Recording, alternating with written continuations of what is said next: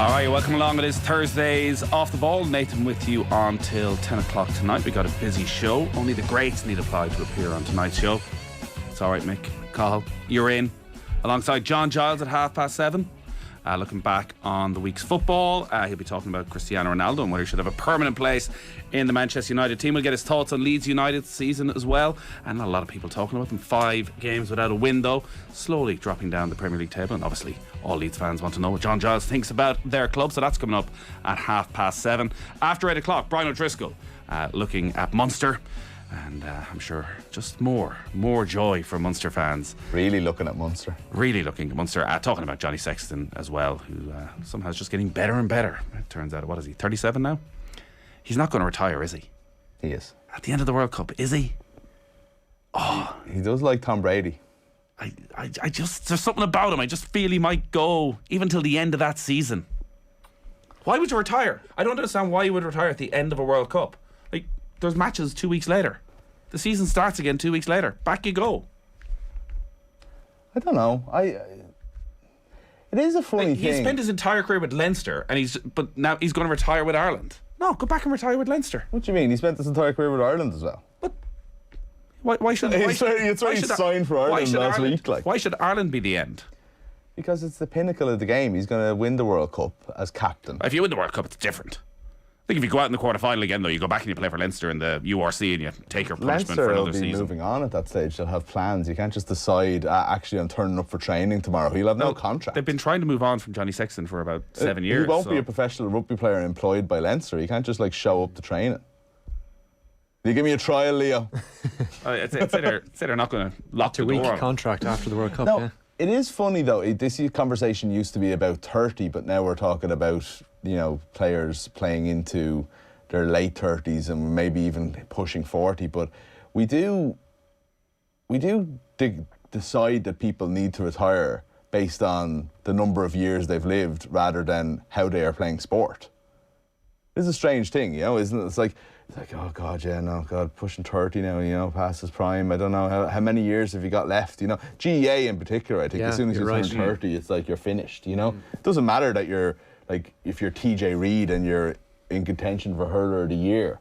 As soon as he didn't have one good game against Galway in the Leinster Championship this year, it was like, oh, TJ might not have it anymore. I think the GEA is different, though, because of the amateur status, and there's a feeling that as but it's just a little you get older and start having kids, that the commitment becomes too much. But you're right. I'm listening to Wednesday Night Rugby last night, and they're talking about Johnny Sexton looking as fit and as sharp as he has done in years. No great injury concerns right now.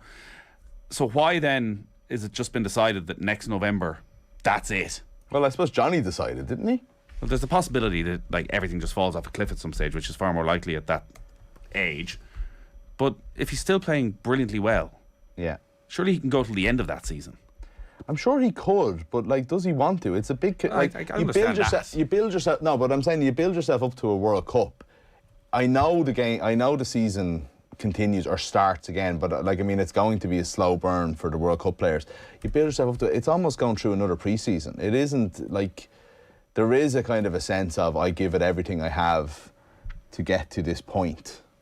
Interested to talk to Woody about this sometime, actually, because he did that in the 03 World Cup. A lot of it. He's only 31, unbelievably, but he obviously had a lot of injuries. But did everything he could to play in the 03 World Cup. But I always got the impression could he have stayed on after that? I don't think his body was letting him. But I was also I did everything I could to get to this point. There's nothing left here. I can't go back. Do you wonder if mentally, actually, that Sexton is playing this well right now because he knows he's just got a year left? I don't know, he plays that well all the time, doesn't he? He's sort of... Different players are wired different ways, aren't they? But I suppose the World Cup would be a natural ending point, wouldn't it? Because it's such a pinnacle in someone's career, depending on how they do. I think you have a fair... Sorry, I know you're kind of setting me up to argue with you here, but... No, I'm not. I do... No, but you have a fair point in that... guilty, it's and I know the he age has thing. also said it, that we're saying it's the end, but it doesn't have to be.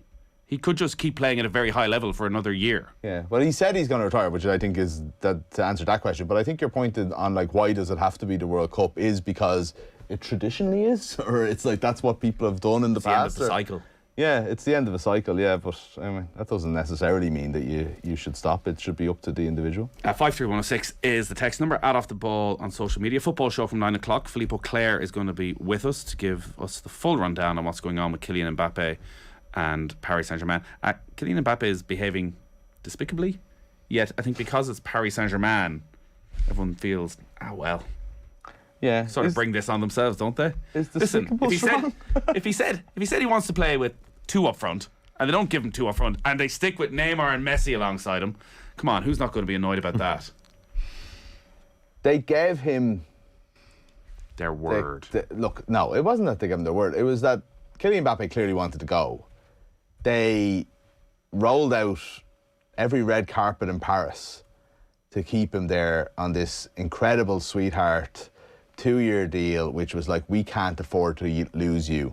And he signed on. If promises were made in that and they're not being kept, and I don't know to say, here, let's stick with plan A here, folks. Let me go. You know? Mid-season, after they've just... But again, if they haven't fulfilled the terms of his agreement, well, let's find out from Philippe as to how much that is the case and how, like, it's speculation. All right, so that's coming up at 9 o'clock. There's a lot of live football as well this evening. From this fella, isn't it, Carl? I'm just throwing it out there. You're the one who's arguing. Debate. Listen, you don't argue like this when Joel's here. He doesn't. He's not constantly looking for a fight. You're the one who's looking positions for a fight. here and move over in the middle. Looking for a fight. We'll have Stephen Doyle and Tala as well throughout the course of the evening, keeping a close eye on Shamrock Rovers against Mullaney. We sort of hoped at this stage of the campaign we'd be getting very excited about this, and maybe there'll be a win under the belt in that second home game of the campaign. You kick on from here. I think really the team selection last week has just killed a lot of the enthusiasm for it. Yeah, it's been disappointing, hasn't it? Because it's such a huge thing to get to the group stage of a European competition for Irish clubs over the last however many years, and just the manner of the results so far haven't gone their way. I wonder, is it a backhanded compliment to the league and the strength of the league that they're prioritising that right now? Derry City have put in a big challenge over the last number of weeks, and it's obviously a huge game between the two teams coming up towards the end of the campaign. But I guess Stephen Bradley could be vindicated in that they won their game against Shelbourne last Sunday, having named that weaker team the previous Thursday. With the last kick of the game. I was there. Giving it all that when the goal went in. I started the season as a season ticket holder at Shamrock Rovers, but not really being that bothered. Just went because it's, get to spend time with the kids, they love going, having a bit of crack and all that, but I just felt this isn't me. And then I find myself when Rory Gaffney smashes it into the back of the net, having an outer body experience. I'm off my feet, I'm roaring in the face of the guy beside me, I'm pointing at Duffer, going, take that, Duffer. I'm all in on this. There's something about a last minute winner though, if you're involved. I've been to matches as a neutral, and like, if you're in with the right fans, you get so caught up in it. And if something like that happens, like a last-minute winner, it's actually beyond explanation, isn't it? Like, what that moment is like, It had come after they had missed 2 absolute sitters. There was one from Aaron Green that went right the way across the 6-yard box and bounced an inch, and it was right at the angle we're sitting, and you find yourself on your knees on the ground with your head in your hands. Like, this is live sport. This is why you should go to these games. Like, you just don't know when it's going to be a cracking game. You find yourself more and more involved. I would heartily recommend it when the season tickets go on sale for Shamrock Rovers or anybody. Like, they do unbelievable deals once the season finishes. I think my season ticket was 170 quid. 20 quid for the kids. For a season ticket. It was 18, 19 home games. Unbelievable value. Other football clubs, look, if Richard was here giving it off by bowls, they probably give them for free or something like that, or I don't know. Has your newfound Shamrock Rovers fandom resulted in a hatred for bowls? Not really. I haven't got to that level as of yet. I'm happy just to... You were saying take that Duffer though, so it's like the Dublin derbies. Duffer, you can tell Duffer was devastated. Oh my God, he was devastated. Yeah. And he knew what was coming. But do you not feel sorry for Damien Duff as a Irish footballing legend? No, because it just adds to the drama. I think because of Duffer's personality and all the interviews he's been doing, that actually Shell's losing in dramatic fashion is going to provoke a brilliant response from him, which it did. He marched over to the referee, and he was right to be annoyed, because I'm fairly sure it wasn't a corner kick that Shamrock Rovers were given for the goal. And he comes over towards Stephen McPhail, and they're marching towards each other. I was like, this could be interesting. Obviously, former international teammates. And he smacks Stephen McPhail's hand but is laughing as he does it. He just realises they've been screwed over, and he's a brilliant hug with Stephen Bradley in that. Duffer, semi-finals of the Cup this weekend. Yeah, Duffer in the Cup final would be great. Wouldn't it? Great for the game. It's actually been a great season for the League of Ireland, I think. And I think the league title is up for grabs over the next couple of weeks as well. I think Derry City, I thought them from the start of the season that they might, because they signed so well in the off-season, but I just wonder. The Rovers wrecked, is the conversation about Stephen Bradley and what he did last week? You know, are you saying it was justified by the last? I think Sunday was a game changer. But the fact that it was a last-minute winner, I think. So they were 1-0 down, or they were 2-1 down with 15 minutes left. And at that stage, if it stays like that, it's in Derry's hands. Derry know if they win all their games, they win the league, because they would have to beat Rovers within that. Now they're 5 points ahead with 4 games remaining. They play Drogheda at the weekend. They've got Pats. That could Pats be the at one, home next Friday night. Obviously huge. So again, I say I find myself more as a supporter. Every part of me though wants that game in Tallaght against Derry for it to be up for grabs. That it to be a 2-point lead or a 3-point lead. That if Derry win, maybe they go and win the league. But I still want Rovers to win it in the last minute, so I get my little buzz. We're talking about Johnny Sexton, and now I'm saying 1 more year. I'm starting it right here today. 1 more year for Johnny. His family are like, dear God, what are you doing? Is he allowed to retire from international rugby? I can retire from international rugby. He should give back to his province. So full commitment. So URC, Rodney Parade, Friday night in the rain. Come on, Johnny. Take away Kieran Frawley and Harry Burns game time. That's not. And then this is the thing. I think that's Ireland. Not his responsibility. I'm not saying it's responsibility, but I'm saying you're taking him out of the Ireland team, and then the people that have to replace him in the Ireland team are now not playing any rugby. I don't make the rules. You forget Johnny spent a year playing in Paris. No, we do, yeah. He didn't spend his entire career. Did I say he spent his entire career? I apologise for that. But the Irish Review broke their rules by picking him for Ireland when he played in France. In fact, Ireland's the only team he's always been available to play for. I apologise. So you've been completely wrong on that. Lads, Johnny has to avoid injuries for him and his family. I'm 51 and a jocker from old sports injuries. The walking Sam Beckenbauer. Haven't heard from I won't lie. WB in a while. Beckenbauer. I feared that COVID had an impact, because pre-COVID. Well, he's in a jocker. We were always here. He's been in a jocker because of that. It's great to have the walking Sam Beckenbauer back. Anyways, we should get into the. Went off at several. That's a deep cut. Several tangents. Not even a slight tangent on a Thursday night. All right, so we're going to start with Republic of Ireland women's team and news from UEFA. Yeah, so UEFA has launched an investigation after the Republic of Ireland players were filmed appearing to sing a pro-IRA chant after their Women's World Cup playoff win over Scotland. A video circulated on social media of the team celebrating in the aftermath of the win at Hampden Park on Tuesday night, and the FAI manager Vera Pauw and the players have apologised for the incident. This is getting ridiculous. Is this not getting absolutely ridiculous at this stage? The reaction has gone totally over the top. We all acknowledge, they acknowledge, Vera Pauw couldn't have been stronger at acknowledging that what they did was wrong. Yeah. The overreaction is now worse than the far worse. It was naive in the extreme, immature, stupid, whatever you want to say, what they did in that dressing room. But they are being punished way beyond the crime that they have committed here. This should have been the biggest night of their lives. They have done something that no Irish team has ever done before. They have blazed the trail for Irish football, and there is a group of people who just want to publicly shame them. Yeah, I don't even want to tarnish it, who just will not leave them alone now, who can't move on until what? I don't know. Like, the players should be out there everywhere today, tomorrow. Like, are they on the Late Late Show tomorrow night? They should be on the Late Late Show tomorrow night. I don't know if they will be, because this is still the story that is out there. Yeah.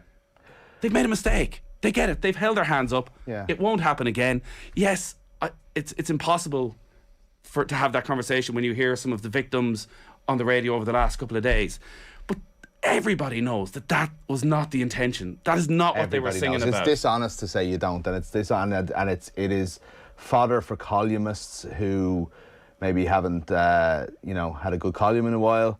And let's have the national discussion about up the Ra or whatever. But I actually understand why it happens. I think it's okay to both feel sorry for them that this has happened this way and that they've lost out on that moment, and also not just acknowledge that it was wrong, but acknowledge that that lesson needed to be learned by a lot of Irish people, but in particular Irish sports people, that are going to be filmed and this is going to happen. You know what I mean? Like, that lesson needs to be there. It's okay to feel both ways. But now we've just got to the point where, like, it's one story after another about it. A much smaller incident than them qualifying for the World Cup. I think objectively so, because anybody who actually looks at this honestly and takes into account exactly what was happening was that this was a moment within a song within 50 songs that was happening. And it is, as I said last night in the show, this is the way everybody sings this song, and this is a lot more than the Irish women's football team who sing this song, by the way, right? I've never heard it saying where I thought it was sectarian. I always thought it was what I would describe as a silly word for it, right? But bold. It's exactly, you know what I mean? Word. It's like, it is like you're kind of when like, you were 12 or 13. A bit of divilment. Yeah, but even in your, do you know what? Sometimes we're in our 20s and 30s and we still act stupidly in that way. And there's a kind of a forbidden element to it that makes it, in a group, in a euphoria, just something that they went along and did, you know, and that's all it is. And the idea that there's anything political or that we need to have this big kind of like conversation about the IRA on the national airwaves constantly for the last 2 days, I think is beyond ridiculous. Like, what are UEFA investigating? What are you investigating? Like, what is the potential punishment for this? Like, where does that end? A song about Celtic. Where does that end? Like, it's nonsensical, and I really hope that they can move on from this and that the players can start enjoying this once again, because, like, I'm sure, and I know from being around the team hotel yesterday morning, like, the tone changed very quickly as Chloe Mustaki did that interview with Sky, and Vera Pauw followed up, and a real realisation of, like, this is now the story. We've just qualified for the World Cup, but have been on Sky Sports News for 10 minutes, and 6-7 minutes of it has been about this. And the realisation for the players that this was now a huge deal that was right in front and centre for the Irish public. So I hope they can get back to enjoying the celebrations, and this will always be there. It will be a stain. It will be something that comes up even when the World Cup comes around next year, again and again and again. But you're right, it's not the main thing. It's not the main thing that happened this week from this group of players. So hopefully, and I assume that UEFA investigation will come to nothing. Let's wait and see. UEFA, you've heard of them, right?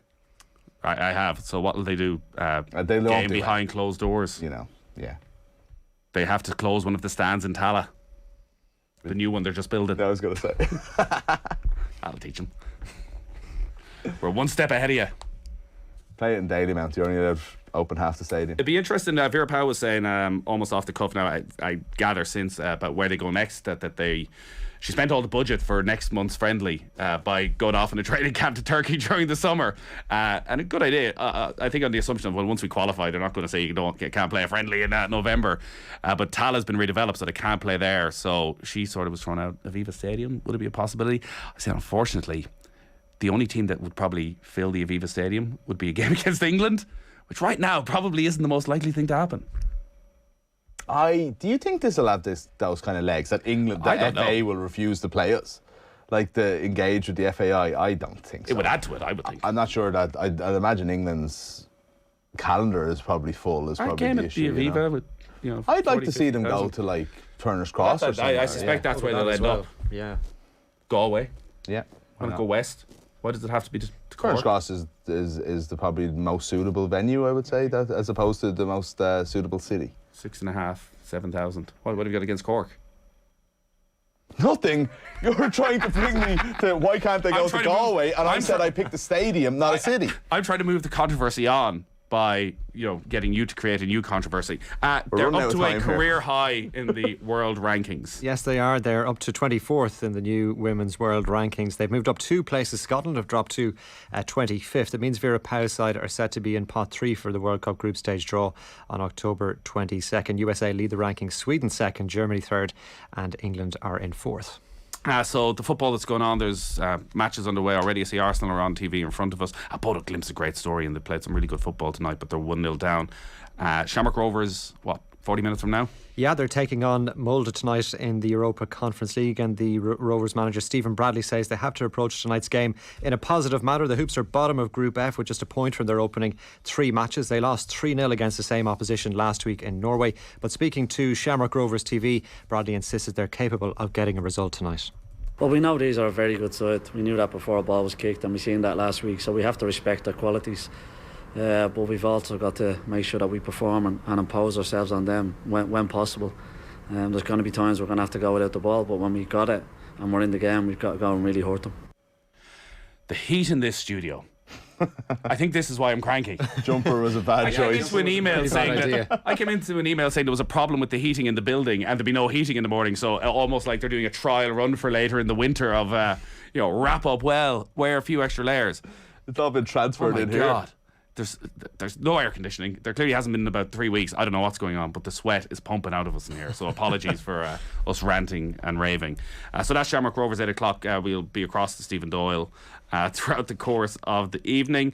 What else is going on? Well, the other game in that group is ongoing in Shamrock Rovers group, and it's Gordon 4, Ghent 2. That game kicked off at 5:45, so there's just 12 minutes left to go. Their kick-off tonight at Tallaght Stadium, as I say, Nathan, for that game is at 8 o'clock between Shamrock Rovers and Molde. At the same time, West Ham United host Anderlecht in Group B. Hearts game against Fiorentina in Group A is underway as well since 5:45, and it's Fiorentina 4, Hearts 1. That game too approaching full time. In the Europa League tonight, we mentioned Arsenal their way to Bodo Glimt in Group A. That game kicked off at 5:45 as well. It's Bodo Glimt 0, Arsenal 1, just over 8 minutes of normal time left to play there. Bukayo Saka on target for the Gunners. Manchester United take on Omonia Nicosia from 8 o'clock in Group B. Cristiano Ronaldo among the starters for United tonight, and the United manager Erik ten Hag is hopeful that Ronaldo can contribute more as the season progresses. We have a certain demand on players, what we expect from him in certain positions on the pitch. I want to get the best out of him. Now, obviously, he's getting in a better shape now, and I'm happy with that. So he can contribute more to the squad, and I'm sure he will do. So we keep an eye on that one as well. Manchester United, by the way, we got them live here on Off the Ball on Sunday. Myself and Vinny Perth will be covering United against Newcastle at 2 o'clock, and then Liverpool Manchester City from 4:30. Stephen Doyle and Damien Delaney. Yeah, it doesn't feel it this year, does it? It's sort of geez, could City really do a job on them? It's like when Arsenal and United play now. It's not quite that yet. There's a possibility Liverpool actually this kickstart. I think it's that's what I was going to say. Is this not the game that Liverpool kind of want? I don't know. It's a fixture they've performed so well in recent seasons. But do you know what? And I've ended up commentating on quite a few of them over the last couple of seasons. If the last few City have looked a good bit better, Liverpool have managed to grind out the result, and you would worry just with the form they're in domestically. Obviously last night, they got the big win against Rangers. Everyone's sort of like, that doesn't really count though, does it? Doesn't really count. I'll be apologising for that now, will I? It's just because Rangers aren't very good anymore. Jesus, Nathan, that's UEFA will be on to you. UEFA investigation. Yeah, maybe we could well be looking back at the when the break up for the World Cup and Liverpool have gone on a run that started with the victory against Manchester City, but it feels like a bit of a long shot right now. Anyway, you get the two of them live and off the ball. We're not going to Gibraltar. God damn it. No, the senior men's team, the Republic of Ireland senior men's team, that is, will face Gibraltar in Portugal during their Euro 2024 qualifying campaign. The Gibraltar FA has confirmed their home fixtures will be held in Faro. A new national stadium is set to be developed in Gibraltar, and construction is set to begin next year, so that rules that venue out, and that's why Gibraltar will be playing in Faro. And are you just redeveloping the Victoria Stadium? Is it still going to be beside the airport? That's my understanding. That's the most important part, isn't it? But I can't imagine actually there's any room really anywhere in Gibraltar to just let's find a green space. So that's handy. There's an airport right there. Hopefully nobody booked their flights to near Gibraltar or to Gibraltar for that game.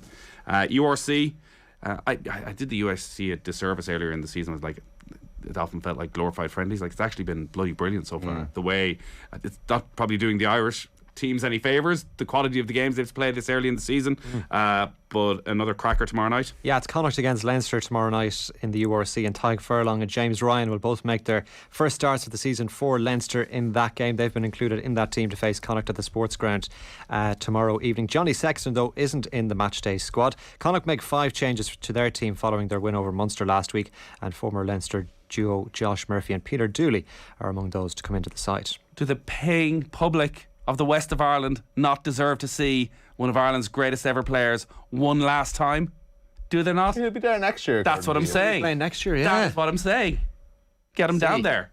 You can't just skip the Sports Ground on your farewell tour. No chance.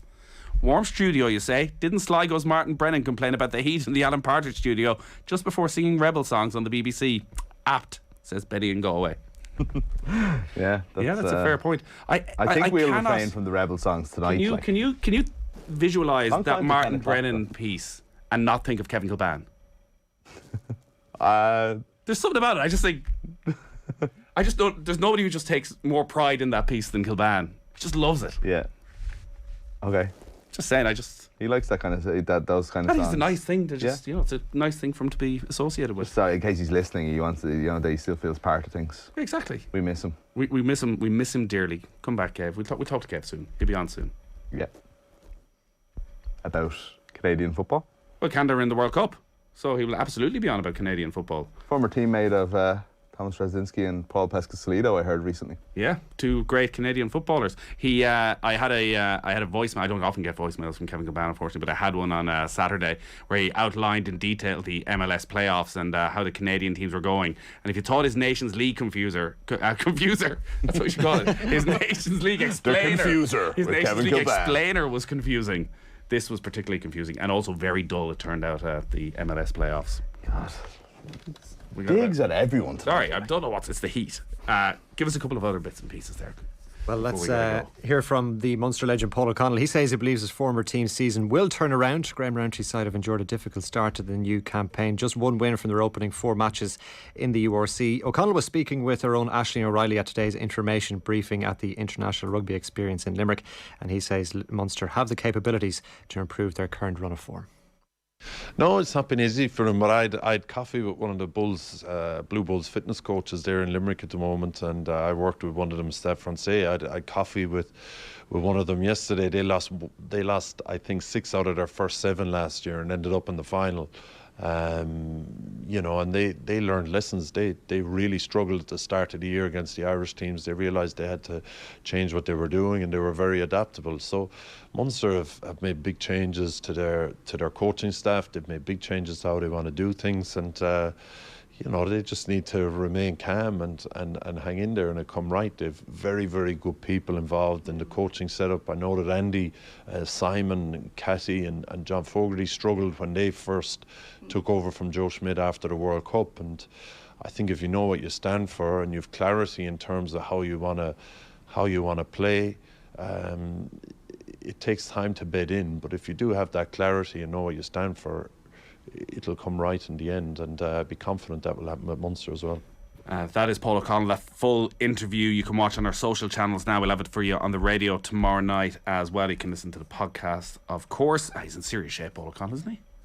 Yeah, he's looking well. Better than ever. He's looking retirement suiting him. Maybe that's what Johnny Sexton's looking at.